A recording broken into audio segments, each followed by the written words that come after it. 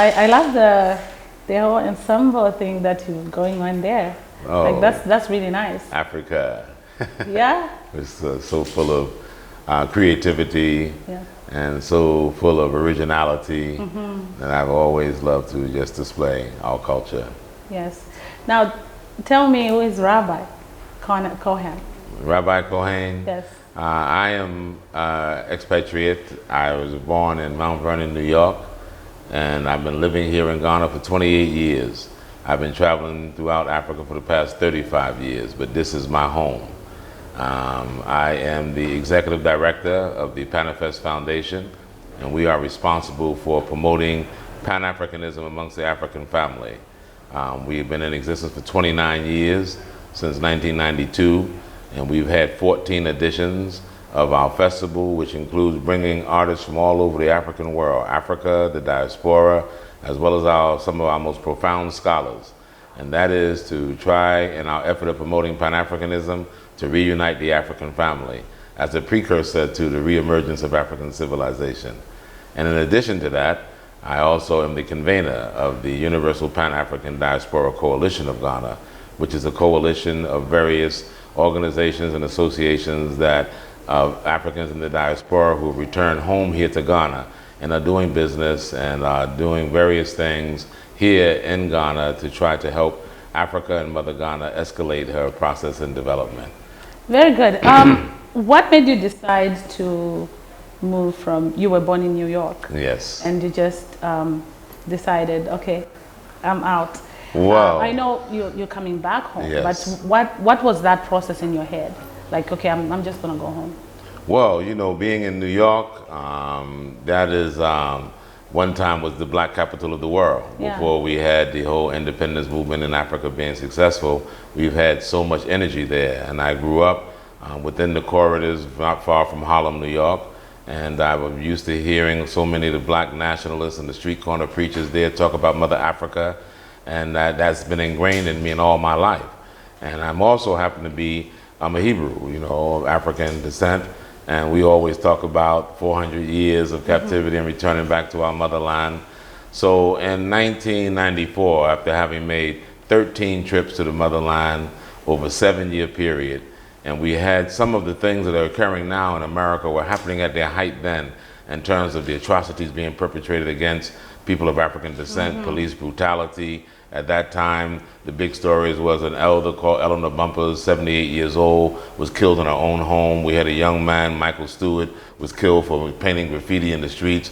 And I was tired of going to rallies, crying never again, you know, no justice, no peace. And I said, no, this is also a part of madness. We keep doing the same thing with no different results. We have to make a difference. And the only way we can make a difference is seeking out new territories and coming up with new alternatives. And the best alternative, going back to the source, is Africa, because all of the disrespect that we receive as a people has nothing to do with our status or our character of humanity.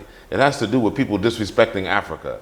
So it's not until we regain the dignity of Africa, the respect for Mother Africa, that we Africans will be respected wherever we go in the world. So I felt the fight is in Africa for Africa. And if we win this fight in Africa for Africa, African people will gain dignity, African people will be respected, African people's value will be returned once again. So I made that choice. I want to come to Africa, to the front line, and fight for the cause of my African people. Now, the 400 years of return, 400 years itself had a very big significance on how things happened before. Sure. And now we see the significance of that 400 return in a spiritual realm, where you see that as a rabbi, when you see that, is it 400 or 40,000, 40 years of the Egyptians? Yes. And all that. So now in this case, we have the 400 years already passed. I think we are in this is 2020. Yes, 2020. So we are in the year one of 400 plus one, right? There's a wave that's going on. Is there a spiritual connection to this kind of thing? There is definitely a spiritual connection. I was one of the ones that was on the original committee that thought of the commemoration of 2019 being the 400 years. I was with the president when he went to Washington and spoke with the Congressional Black Caucus to launch 2019 as the 400 years, the year of return. And my reference was specifically spiritual. I knew that there was a spiritual vacuum that was open, that we could take advantage of that. We are spiritual people by nature, and people have misinterpreted African spirituality and have always judged us through the lenses of various religions. But basically in our soul, we're spiritual people. And I knew that this time was right, you know, for the spiritual lifting of that weight of slavery, that weight of colonialism, that weight of not knowing who it is that we are, and that now the blessings have turned around. You know, time is not linear in the African tradition like a straight line. It's circular. And time being circular, we know that our time of the ascension is coming back around again. So we're no longer African descendants, we're African ascendants, because we're on the rise. And so knowing that that time was spiritual, this is why we are being touched. More Africans are looking to Africa now than any other time that you've seen in this 400 cycle of detachment. Yes. We're having a renewed spirit, a renewed vision, and that's all part of changing the narrative. Now we're being empowered to be able to tell our own truth and to tell our own experience, you know, through our own languages. And so it's important now, especially for the generations that are to come. They're no longer shackled with the legacy of slavery as if it's a burden. The legacy of slavery and colonialism is a testament to our resilience and our strength, and that we've been able to come out of that and to survive and now even thrive. It means nothing can stop us now. We're on our way. Ain't no stopping us now. Nobody can stop us. We do have the mandate to know the time. Yes. The time is now.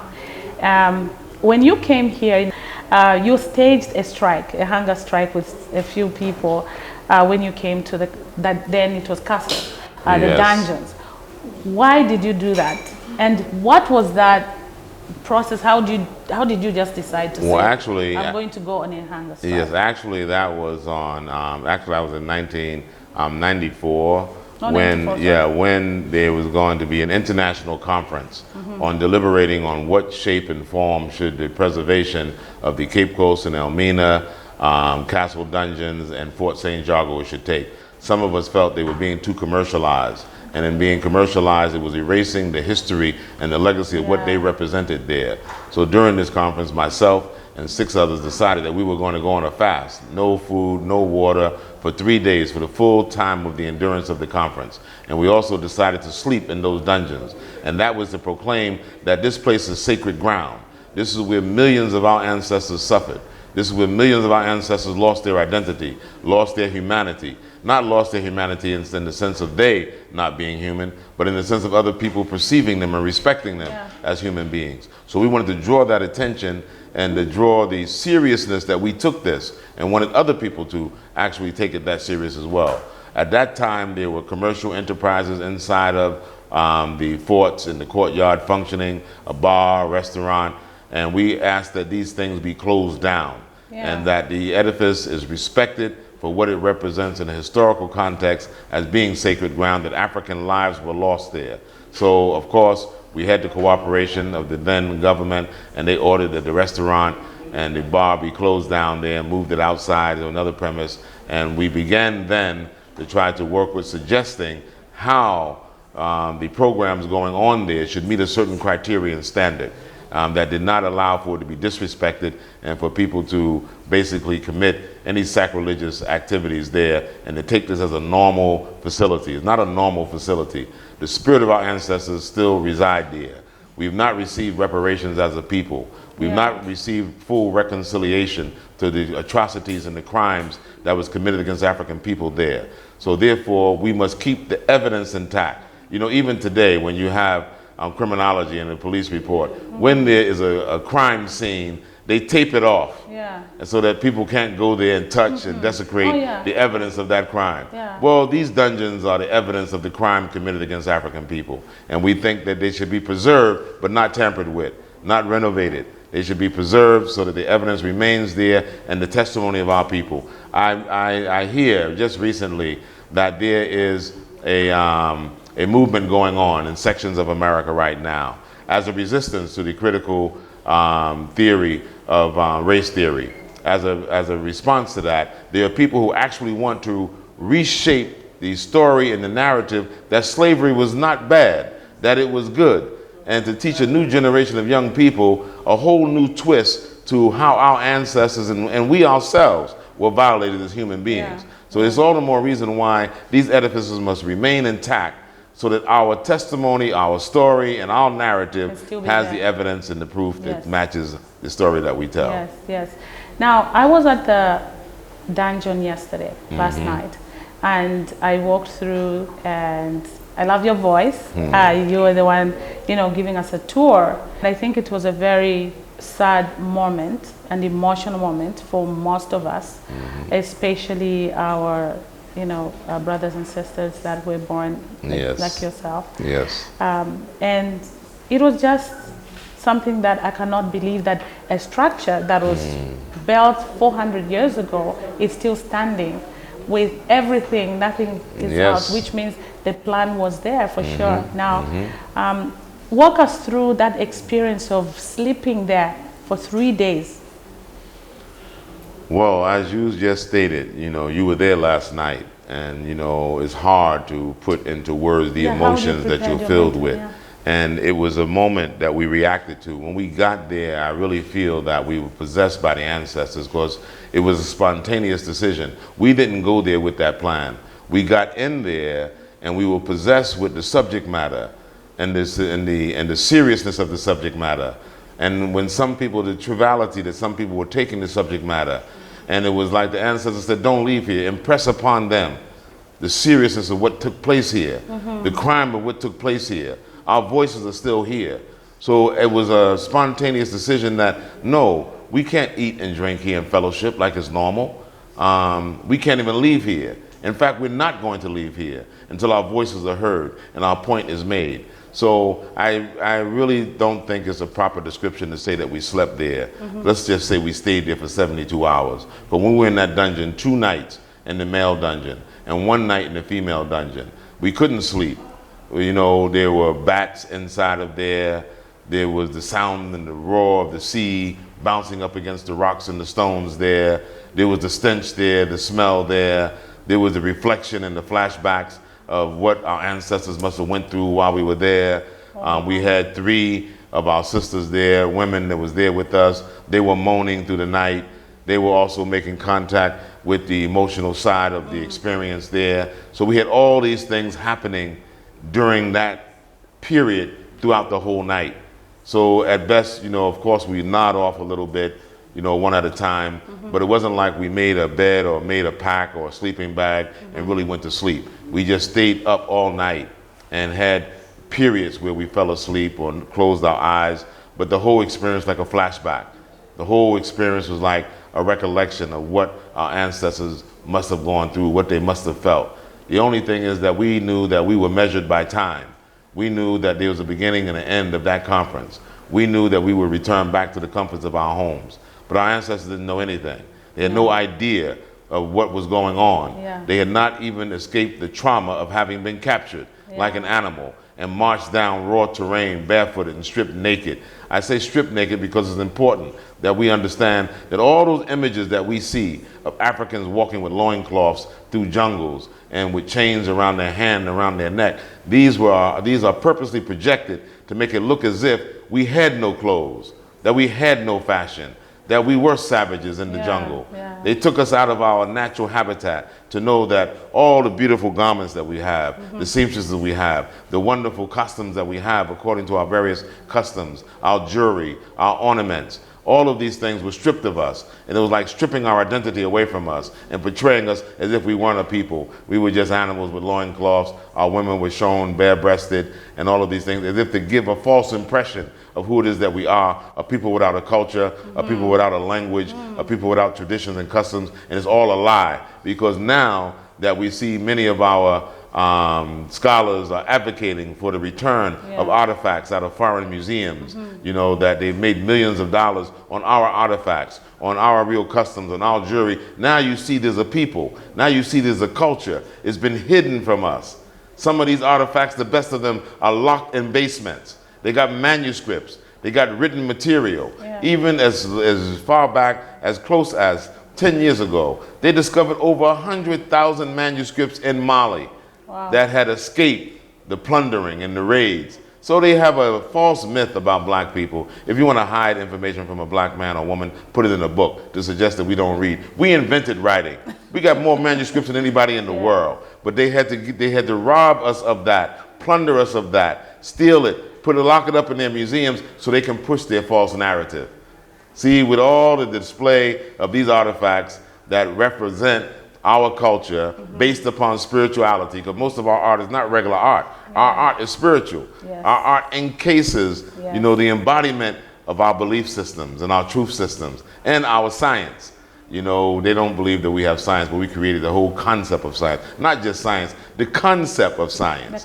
The research of science, you know, comes from the African continent, from our African genius. So they've labeled everything that we have as scientific because we are connected with Mother Earth. They label it as juju and black arts and black magic, and yet they call their juju science and call our science juju. But that's again because they control the narrative. Yes. Now we must take control of that narrative and be able to define our own reality. Now, you've lived in the U.S. and you live here, and the culture in the U.S. is different. So we're born in New York and raised in New York, went to school there as well. Yes. And you come here now, they're two different cultures. Yes. Right? Here we have a culture that is totally different, especially in regards to respect. Yes. Or in regards to how do you merge the two, and what can you tell those people who want to come here and what to expect? Well, I'm glad you asked that question. It's one of the most important questions we can have in this era, where many of our people are looking back towards Mother Africa and actually thinking about relocating. The first thing was an open mind. When we in the U.S. fight for respect as African people and people of African descent, we want other people to respect the diversity of who it is that we are as not being European or Asian, but being African. Sometimes that spells out in more of a superficial way of our fashion, our clothes, our rhythm, how we dance, and our music. But there's a more comprehensive, you know, understanding to that, and understanding that we did come from a culture in Africa, and if we're going to be attracted back to that culture, we have to have an open mind to be receptive of that which we left, and to come back and to try to learn of it. So much was extracted out of us. We must learn our African tradition and culture in a spirit of respect in order to regain what we lost.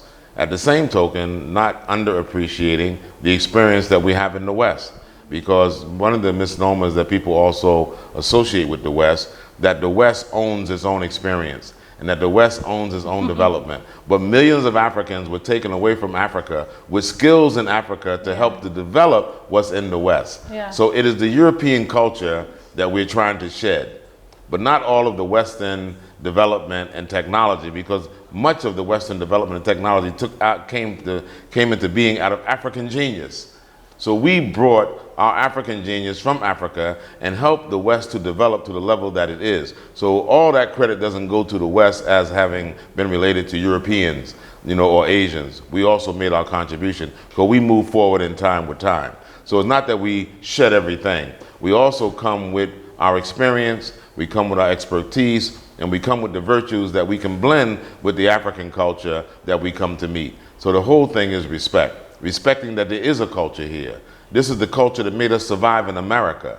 I was fortunate enough to be old enough to be born when we had more of our African retention trait in us as a people in a culture, when we respected our elders, when we no African child, no African American or Caribbean child would speak back to an adult. How much more your mother or your grandmother or your grandfather or your father. It was not in us. We used to look at, you know, I remember going in one of the generation that went to integrated school, and I wondered how white children can talk back to their parents. Like, we could never do that. But integration has taught us how to actually assimilate into their values. And now we're mimicking them. But that is not the personality that caused the Africans in America and the Caribbean to survive. It was the African retention trait that taught us about the extended family, about sharing, about watching out for your neighbor, about any adult could correct a child in the community. This idea that you can't talk to another person's child is new. That's not what we survived for 400 years. That is the result of integration. That is the result of assimilation into a white value system. But that is not the culture that allowed us to survive all these years and to survive slavery to survive Jim Crow, to survive discrimination. It is the African retention trait. It is the African spirit of resilience that allowed us to be able to transcend all of that suffering and still be the people that people see us in achieving what we've been able to achieve in spite of, not because of. And the in spite of is because of African resilience. Because if you look at all the stumbling blocks and you look at all of the obstacles that have been put in the way of the average black person to achieve, if it wasn't for the African resilience, we would have died off by now. Yeah. But it's the African resilience that allowed us to survive. So I pulled on that. I did a lot of research, you know, in African tradition and studies. Before I moved here, for 18 years, I was the headmaster of a independent educational institution of elementary school where we taught about African tradition and culture. Yeah. I'm the co-founder of that. So I immersed myself in as much material about Africa as I possibly could. Yes. And that was only a small portion of what I was about to dive into and coming to live here. Because it's nothing like coming to be on the ground and live here. And I had to learn so much. So I can realize if I came with all that preparation and I still had to learn so much when I got here, I can imagine what many of my brothers and sisters have to go in terms of the transition. But I say keep an open mind, learn to appreciate the value of what is here in Africa by the basics, and then don't lose your own sense of worth and see what it is that you have yourself that you can contribute. But let Africa be the center of that. Don't come and try to change Africa overnight like Africa needs to be westernized. No. Africa has been in existence for as long as it has because it is what it is. And we need refinement, we need improvement, but most of all, we need to be left alone so we can chart our own course without all these other people telling us what to do and bringing us so-called aid with strings attached that keeps us in the position that we've been all these years. Do you speak any local languages? As I always get away, everybody laughs at me. I say kaka with the Fanti here in the Fanti territory. Very, very small. And unfortunately, I'm in an area where they speak too well English, too good English. So it doesn't challenge me enough. How do you say welcome? Oh, Akwaba, that's an easy one. That's an easy one for sure. For sure. Now, you are the president of the pan-Africanist? Yes. And also the a executive director and the convener for the Pan-African Diaspora Coalition. Diaspora Coalition. How are you partnering with ADDI to make sure that, you know, all these associations support ADDI for what they're doing with the Wakanda One City of Return? Well, it's very easy because ADDI is another one of the ideas whose time has come. So it's very easy for our individual membership as well as our organization and associations to tie into this act of manifestation. ADDI is bringing into manifestation some of the aspirations that many of us have been aspiring towards throughout the years. And of course, with the dynamic voice of Her Excellency Erikana Chiambori-Quao, who has been a champion and a clarion call to the African family to stand up and let's do for self now, for us, by us. It's easy for us to basically find a way and find a niche to support bringing into manifestation our own new vision for the Africa that we want to see ourselves. I don't see any obstacle in that. I see it's a natural exercise. Yes. And I thank ADDI for taking on this challenge, being able to galvanize the kind of talent, the kind of resources, and the kind of personalities that it will take to bring into manifestation the kind of world we want to see for African people in this century. We must claim the 21st century as ours. And we can't sit down and do that. We have to get up and work and do that. And ADDI is championing that cause. And I think that it has such a broad umbrella and such a large scope that it makes it easy for any of us in whatever categories that we're in, whatever initiatives that we are spearheading to come in and support ADDI. Because supporting ADDI is making the organization strong enough to support ourselves. Yes. So with a strong ADDI, we can come to ADDI and get support. And ADDI can come to any one of us and get support. Exactly. So it's the Ubuntu spirit. I am because we are. Yes. And we all help each other be the best that we can be. That's great. That's great. I didn't get your African name. Kojo. Kojo. Yeah. Nana Edu Ajay. Nana Edu Ajay. Kojo is my day name because I'm born on Monday. Yeah. Nana Edu Ajay. I've been honored with the position of Abusi Openi, which means the head of the family for the diaspora, in the Techiman Brangahafo area of Ghana. Oh, that's very nice. Yes. Thank you so much. We appreciate you for what you're doing. And we love your voice. Continue. Don't lose your voice. Thank you. Thank you. Thank you very much.